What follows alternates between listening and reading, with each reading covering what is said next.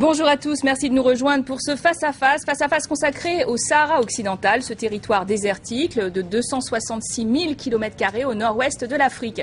Un territoire revendiqué par le Maroc et par le Front Polisario depuis 1976, après le départ des colonisateurs espagnols. Ce mouvement indépendantiste est soutenu financièrement et diplomatiquement par l'Algérie voisine. Et depuis le cessez-le-feu en 91, le Maroc contrôle et administre 80% du territoire contre 20% pour le Front Polisario. Alors, enjeu global qui dénote la rivalité hégémonique de l'Algérie et du Maroc dans cette région. Le dossier saharien bloque toujours la construction de l'Union du Maghreb arabe. L'ONU tente d'ailleurs d'organiser un référendum d'autodétermination. Et dernier épisode, hier, près de New York, le Maroc et le Front Polisario ont achevé un 4e cycle de pourparlers sur l'avenir du Sahara occidental. Aucun résultat définitif, mais les deux parties ont tout de même accepté de se rencontrer à nouveau, selon l'ONU. Quel espoir pour ce conflit vieux de 30 ans? C'est la question que nous allons poser à nos deux invités, bons connaisseurs de cette région. Sadek Haji, bonjour. Bonjour. Journaliste indépendant marocain, auteur de Voyage dans la France musulmane chez Plomb. Vous êtes aujourd'hui en face de Jean Lamort, bonjour. Écrivain, spécialiste du Sahara occidental, auteur d'un livre et d'un documentaire Construction de l'oubli à Manifesto. À tous deux, une première question évidemment. Est-ce que pour vous cette 4e session négociation est concluante?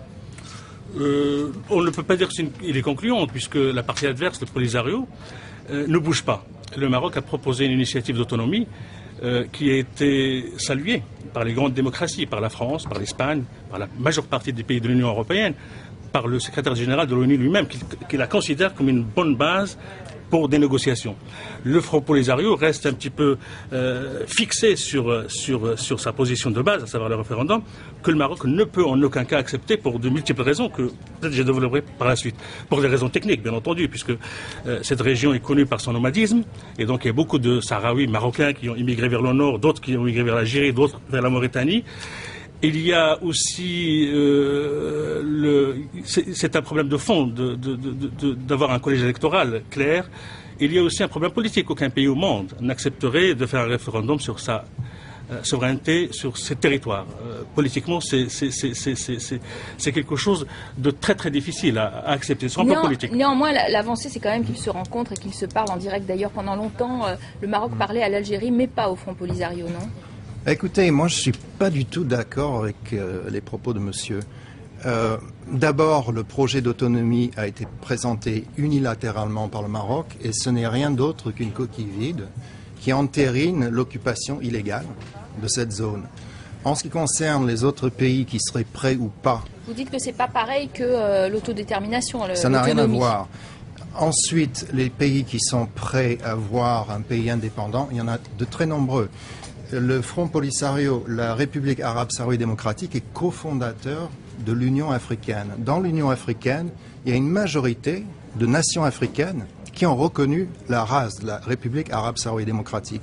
Donc ça, ce n'est pas vrai. Et du coup, le Maroc est parti de l'Union africaine. Elle s'est retirée en signe de protestation. Il s'est retiré en signe de protestation parce que je suis d'accord avec monsieur qu'il y a des pays qui soutiennent, mais à savoir lesquels. Il y a Cuba, par exemple, d'accord. Bon, non, mais monsieur... Non, mais laissez-moi parler, s'il vous plaît. Non, je suis pas d'accord.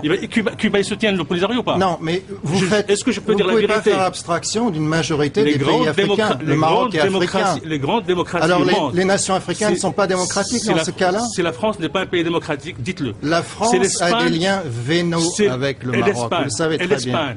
L'Espagne, majoritairement, les citoyens de l'Espagne soutiennent le peuple sahraoui. Et l'Union européenne, dans son immense majorité, c'est la plus grosse duperie. Non, mais c'est pas une duperie, c'est la réalité. C'est pas la réalité, monsieur.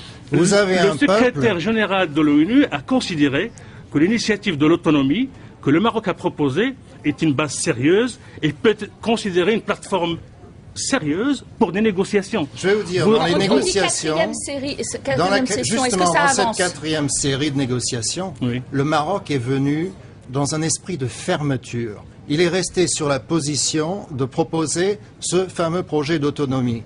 En revanche, le Front Polisario est venu pour discuter.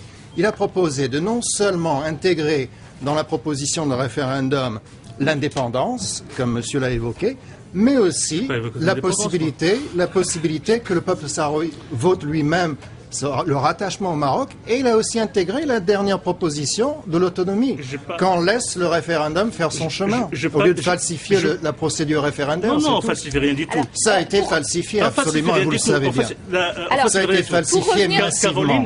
Caroline, en présentant le débat, a parlé de l'historique de cette affaire.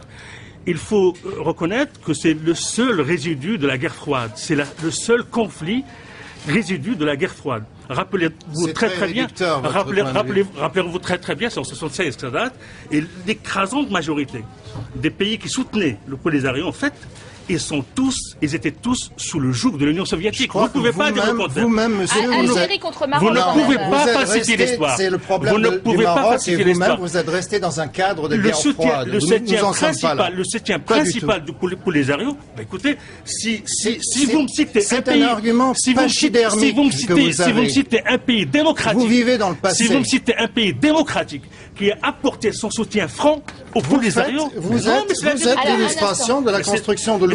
Vous sortez des arguments fallacieux. Cette histoire est un résidu de la guerre froide. C'est absolument faux. Et il est instrumentalisé par l'Algérie qui a une vision et une stratégie hégémonique. C'est un argument unique. Vous ne pouvez faire admettre à personne. Vous ne pouvez faire admettre à personne qu'un pays, qu'un gouvernement, que le pouvoir algérien, je parle du pouvoir, pas du peuple, que le pouvoir algérien, par conviction, une majorité de pays africains. Par conviction, quelle gentillesse, par conviction, soutien, finance, bouge à droite, à gauche, pour une question de je sais pas quoi. Tout le monde connaît la nature du régime algérien. C'est faux, vous vivez dans le passé. Quel passé? C'est préhistorique, votre vision. Expliquons pour nos téléspectateurs le passé, parce que là, je suis pas sûr qu'ils ont tout à fait compris votre débat sur la guerre froide. Est-ce que pour vous, c'est une décolonisation au couteau qui a été mal gérée, etc. Et puis, c'est un problème de conflit de guerre froide qui s'est transformé en problème régional très important, il faut le dire. Écoutez, la guerre froide, elle est finie. En revanche, ce qu'il y a eu, c'est une invasion extrêmement opportuniste de la part de la monarchie marocaine. S'appelle la Marche verte. C'était la plus grosse duperie de l'histoire du monde moderne, où 350 000 Marocains, citoyens, civils, ont envahi pacifiquement cette zone qui était déjà en processus de libération. Il faut savoir que l'ONU a stipulé en 65, avec la résolution 1415 devant le Conseil de l'Assemblée générale, que ce peuple était en droit à un processus d'autodétermination. Il était considéré comme colonisé. Sur ce fait, lors de la mort de Franco, quand l'Espagne s'est retirée, l'Espagne avait déjà dit que le peuple sahraoui allait hériter. Monsieur parle de nomades. C'est une thèse récurrente. On parle de gens sans terre. C'est absolument faux. Combien, on a du mal d'ailleurs à évaluer qui habite cette région. Quel est son intérêt? Peut-être il y a un intérêt économique aussi de cette région dont on parle pas. Bien sûr, il y a des intérêts économiques, mais majeurs. Quelle population et quels intérêts économiques? Alors, dans les territoires illégalement occupés par la monarchie marocaine, colonisés, où il se passe aujourd'hui, alors que nous parlons, des infractions aux droits de l'homme, mais inacceptables, des tortures, des arrestations arbitraires. Oui. On parle du Tibet. Laissez-moi dire une chose, s'il vous plaît. Vous ne trouvez pas au Maroc, de l'extrême droite à l'extrême gauche actuellement, quelqu'un qui est contre, qui est opposé à l'initiative marocaine, parce que vous parlez de la monarchie. Les Marocains, y compris ceux qui étaient, y compris ceux qui ont pris ceux qui ont soutenu le Polisario par affinité idéologique, puisque le Polisario c'est pas un mouvement de libération comme vous le répétez, c'est un mouvement qui était, vous avez lu toute la littérature politique du Polisario dans les années 70, c'était une littérature politique idéologique qui reste toujours idéologique, qui était là, l'îlot révolutionnaire, qui rentrait dans un schéma castriste tel que Zanzibar, etc. Vous vivez dans le passé, il n'y a rien de castriste. En revanche, le Maroc, c'est une tyrannie aujourd'hui. Ce n'est pas une tyrannie, le Maroc. Regardez ce qui se passe au Sahara. C'est une démocratie dans la région. Vous le dites vous. C'est absurde. Vous le dites vous. C'est la réalité, mais laissez à l'opinion publique internationale juger le Maroc, qui le juge tous les jours. Non, ça vous le dites. C'est pas vrai. Parce que vous êtes stalinien. Voilà, c'est pour ça que vous le dites. C'est absurde ce que vous dites. Vous vivez dans les années 70. Vous êtes la monarchie, mais les plus grandes démocraties, les plus grandes démocraties au monde sont des monarchies, monsieur. Pour plus de compréhension pour nos téléspectateurs qui ont du mal à suivre quand tout le monde parle en même temps.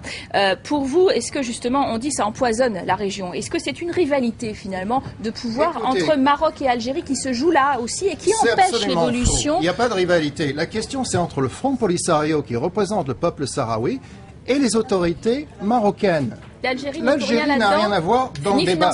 D'ailleurs, Ban Ki-moon n'a pas invité l'Algérie aux discussions à Manhasset. C'est clair et net.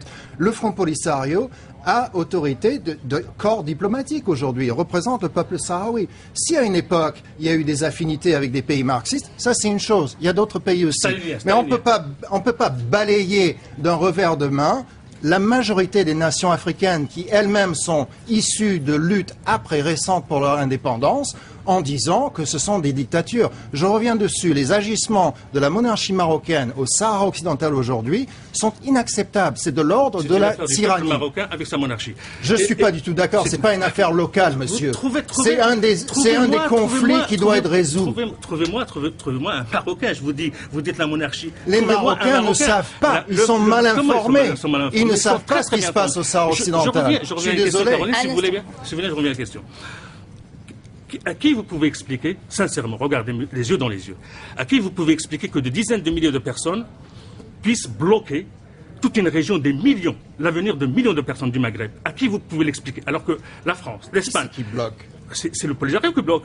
Non, je ne suis pas d'accord. Le Polisario ne bloque pas. Le Polisario cherche une solution. Vous n'avez pas suivi les discussions à Manhasset. À qui vous pouvez expliquer sincèrement que des dizaines... C'est un tissu de mensonges. Que des gens qui ne dépassent pas... C'est un tissu de mensonges, monsieur. Vous contredisez l'ONU. Dans la démographie... Vous contredisez les Nations Unies. Dans la démographie ne dépasse pas la population de 15e arrondissement de Paris, bloque l'avenir de toute une région de dizaines de millions de personnes. Pour vous, on ne doit pas considérer les droits d'un petit peuple. Je veux dire par là qu'il y a une puissance derrière qui s'appelle l'Algérie et qui veut jouer un rôle... La puissance derrière, c'est l'affinité. Non, je ne suis pas d'accord. Le gouvernement français est tenu par la monarchie marocaine presque comme un chien en laisse. C'est un sujet interdit, vous le savez. Pour avancer sur ce débat, je vous vois passionnant, mais passionné, c'est un débat passionnel, on voit rencontre après rencontre, on n'obtient pas effectivement de résultats. Est-ce que vous voyez pourtant un espoir quelconque pour ce conflit qui est né en 66? Je vais répéter, l'espoir il est là. Plus de 30 ans. L'espoir il est là, il est clair. À la dernière rencontre qui s'est terminée hier soir, le Polisario est venu en proposant des choses. Il a proposé, je le répète, 3 options pour un référendum. Les autorités marocaines sont bloquées. C'est le processus d'autonomie ou rien d'autre. C'est-à-dire le drapeau marocain, la monnaie marocaine, l'armée marocaine et la police marocaine, qui est déjà en train d'arrêter et torturer les Sahraouis. On a titré Sahara occidental l'impasse. Est-ce que vous êtes tous les deux d'accord avec le titre? Elle vient pas des Sahraouis. Je considère sur un... Vous savez, le monsieur il est français, moi je suis marocain, et moi je considère... Français, je suis américain. Vous êtes américain, c'est pas grave. Je veux dire par là qu'entre moi et un Sahraoui, il n'y a pas l'épaisseur d'une feuille à cigarette comme différence culturelle. Alors pourquoi vous les traitez comme ça? C'est une honte. Je le traite ici, mais vous êtes... Vous savez ce qui se passe dans la prison noire de l'Aïoun? Je peux vous dire... C'est abominable. Je peux vous dire, vous me les découpez en fait, parce que je suis marocain, je suis Sahraoui, moi. Je vais vous dire quelque chose. Laissez-le finir, monsieur d'abord, laissez-le finir. Vous n'êtes pas Sahraoui. Laissez-moi... Tous les Marocains sont Sahraouis. Tous les Marocains sont Sahraouis. C'est faux. La monarchie marocaine, c'est comme un rapace qui aurait avalé une pièce convoitée. C'est tout. Vous parlez comme un stalinien, c'est un stalinien, il n'y a pas de mystère. Et ça me dérange pas parce que vos arguments sont iniques. Parce que vos affinités avec les dirigeants de Polisario sont idéologiques, et le Front Polisario reste le dernier résidu de stalinisme sur la planète. Messieurs, je crois que vous venez de nous démontrer que c'était quasi inextricable. En tout cas, chacun campe sur ses positions. On va tout de même regarder ce qui se passe à la 5e rencontre. L'ONU ne désespère pas de trouver un accord sur ce délicat sujet du Sahara occidental et sur le sujet effectivement de réconciliation entre le Maroc et l'Algérie. Il n'aura pas lieu sur ce plateau malheureusement. Merci à vous d'avoir participé. Merci à vous d'avoir participé à ce débat. On est obligé d'en finir de cette façon. Merci à vous d'avoir suivi. Vous comprendrez qu'il se poursuit entre nos invités, tous deux passionnés. Merci messieurs, à très bientôt pour un nouveau face à face.